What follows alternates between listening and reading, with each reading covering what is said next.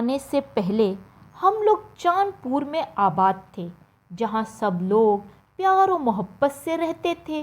ہمارے گاؤں میں ایک بابا بیرو تھے، جن کی عمر اس وقت تقریباً 80-85 سال کے درمیان ہوں گی۔ چہرے پر جھریاں، موٹی موٹی ان کی آنکھیں، چہرے پر وقت کے آثار نمایاں تھے، مگر ان کی ہمت جوانوں جیسی تھی۔ نام تو ان کا اصل محمد بشیر تھا، مگر گاؤں میں بابا بیرو کے نام سے وہ مشہور تھے۔ کہتے ہیں بابا بیرو کے والد نے ان کی پیدائش سے پہلے یہ منت مانی تھی کہ اگر ان کے ہاں لڑکا ہوا تو وہ ایک درخت لگائیں گے۔ چنانچہ بابا بیرو کی پیدائش کے بعد انہوں نے اپنی منت پوری کرنے کے لیے گاؤں کے بڑے ٹیلے کے پاس ایک برگد کا درخت لگایا۔ ٹیلے کے اوپر بابا بیرو کا کمرہ اور ان کے گھر کے اطراف میں ایک خوبصورت باغیچہ تھا۔ بابا بیرو کو پھولوں، پودوں، درختوں اور پرندوں سے تو عشق تھا۔ پھول ان کی کمزوری تھے۔ میں جب بھی ان کے باغیچے میں جاتا، مجھے لگتا جیسے میں کسی اور ہی دنیا میں آ گیا ہوں۔ یہاں ہر طرف پھولوں کی بہار ہوتی۔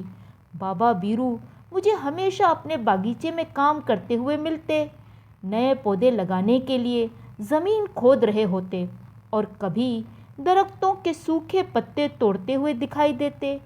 وہ جب بھی مجھ سے ملتے بڑی محبت سے ملتے۔ مجھے ان سے عقیدت سی ہو گئی تھی۔ میں اکثر ٹیلے کے پاس سے گزرتے ہوئے آج بھی برگد کے درخت کو دیکھتا ہوں تو مجھے بابا بیرو یاد آ جاتے ہیں۔ میں سوچتا ہوں اس درخت اور بابا بیرو میں کتنی مشابہت ہے۔ درخت کی چھال اور بابا بیرو کا جھریوں بھرا چہرہ، لیکن دونوں میں مضبوطی ایک جیسی تھی۔ اس زمانے میں ایک دن میں نے بابا بیرو سے اس بارے میں سوال کر ڈالا تھا۔ بابا بیرو کام کرتے ہوئے رک گئے، میری طرف غور سے دیکھا اور پھر ہنس کر بولے، دیکھو بیٹا، کوئی چیز اس دنیا میں ہمیشہ قائم نہیں رہتی۔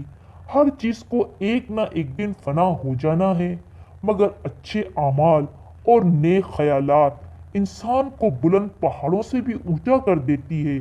نیکی اور عمدہ کردار پتھر کی لکیر کی طرح انمٹ اور مضبوط ہوتے ہیں۔ بابا بیرو کی ایسی باتیں اس وقت میری سمجھ سے باہر تھی۔ ایک دن معمول کے مطابق میں بابا بیرو سے ملنے آیا تو خلاف توقع بابا بیرو کی زور زور سے بولنے کی آوازیں آئی۔ بابا بیرو کسی سے جھگڑ رہے تھے۔ یہ میرے لیے حیران کن بات تھی۔ ایک شخص کہہ رہا تھا، میں اس پودے کے 500 روپے دینے کو تیار ہوں۔ پھر مجھے بابا بیرو کی غصیلی سی آواز سنائی دی۔ بابا بیرو نے کہا، میں نے کہہ دیا یہ پھول پودے بیچنے کے نہیں ہیں۔ وہ آدمی مایوس ہو کر وہاں سے چلا گیا۔ میں بابا بیرو کی ان پھول پودوں سے محبت دیکھ کر حیران ہو گیا۔ پھر ایک دن اچانک گاؤں کے دریا میں طغیانی آ گئی۔ گاؤں کے تمام مکان اور کھیت کھلیان ڈوب گئے۔ اوپر سے گاؤں والوں میں ہیضے کی وبا پھیل گئی۔ بابا بیرو کا مکان ٹیلے کے اوپر تھا، ان کا خوبصورت باغیچہ بھی ٹیلے کے اوپر تھا، لہٰذا ان کا مکان اور باغیچہ محفوظ رہا۔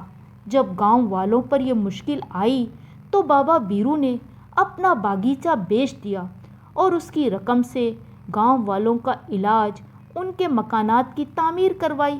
میں نے بابا بیرو سے کہا، بابا آپ تو ان پھول پودوں سے عشق کرتے ہیں، آپ نے سارا باغیچہ ہی آج بیچ دیا۔ بابا نے کہا، انسانیت کی خدمت سے بڑھ کر کوئی عشق نہیں ہوتا۔ ان کے یہ الفاظ سن کر میں بہت متاثر ہوا۔ اس کے بعد بابا بیرو کہیں غائب ہو گئے۔ اس کے بعد وہ کسی کو گاؤں میں نظر نہ آئے۔ آج بھی بچے اس برگد کی درخت کی ٹہنیوں سے لٹک کر جھولتے ہیں۔ گاؤں کے چند لوگوں نے اس برگد کے درخت میں بابا بیرو کا چہرہ دیکھا ہے۔ اب لوگ اس برگد کے درخت پر بڑے عقیدے سے منتیں مانگنے آتے ہیں اور مرادیں پوری ہونے پر وہاں ایک پھول نذرانے کے طور پر رکھ جاتے ہیں۔ بابا بیرو کی اس ایک نیکی نے اسے ہمیشہ کے لیے لوگوں کے دلوں میں زندہ رکھا ہوا ہے۔ اگر آپ ہمارے چینل پر نئے ہیں تو پلیز لائک اور سبسکرائب لازمی کیجیے گا تاکہ دلچسپ کہانیاں آپ کو بر وقت ملتی رہیں۔ ملتے ہیں ایک نئی کہانی کے ساتھ۔